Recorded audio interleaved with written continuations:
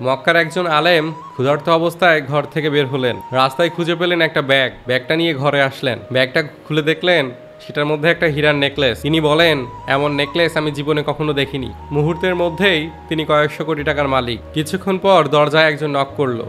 দরজা খুলে দেখলেন একজন বৃদ্ধ তাকে দেখে বললেন, আমি কিছুক্ষণ আগে আমার একটা ব্যাগ হারিয়ে ফেলেছি। সম্ভবত আশেপাশে ব্যাগটা কোথাও পড়েছে। কেউ যদি ব্যাগটা আমাকে খুঁজে দিতে পারেন তাহলে আমি তাকে 500 দিনার দিব।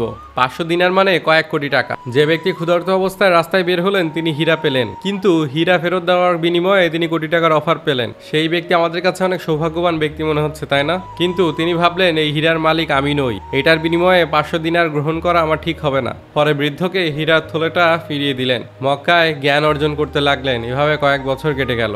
একবার তিনি কয়েকজনের সাথে ভ্রমণে বের হলেন। নৌকায় ভ্রমণ করছিলেন। মাঝপথে ঝড় ওঠে, নৌকা ডুবে যায়, সবাই সেখানে মারা যায়। কিন্তু সেই আলেম কোনো মতে তীরে ওঠেন। অপরিচিত এক দ্বীপে গিয়ে কয়েকজনের সাথে কথাবার্তা বললেন। তখন নামাজের সময় হলো।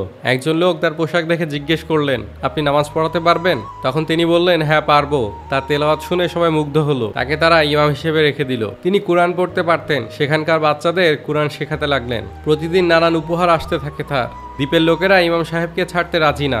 এমন ইমাম পেয়ে সবাই তারা খুশি। তিনিও ভাবতে লাগলেন কই থেকে কই আসলেন এবং অপরিচিত সমস্ত মানুষগুলো তাকে কিভাবে আপন করে নিল। আল্লাহ তাআলা তার রিজিকের কত সুন্দর ব্যবস্থা করেছেন। ইমাম সাহেব যেন তাদের ছেড়ে দিতে না পারেন, এই জন্য ইমাম সাহেবের সাথে তারা একটা মেয়ের বিয়ে ঠিক করলো। অনেকটা জোর করেই বিয়ে দিল। বাসর রাতে ইমাম সাহেব স্ত্রীকে দেখে অবাক। তিনি দেখতে পেলেন তার স্ত্রীর গলায় সেই নেকলেস, যেটা তিনি মক্কায় ফেরত দিয়েছিলেন এক বৃদ্ধকে। পরের দিন তিনি লোকজনকে জিজ্ঞেস করলেন এটা কিভাবে সম্ভব। তখন লোকজন চিৎকার করে বললেন, আল্লাহু আকবার।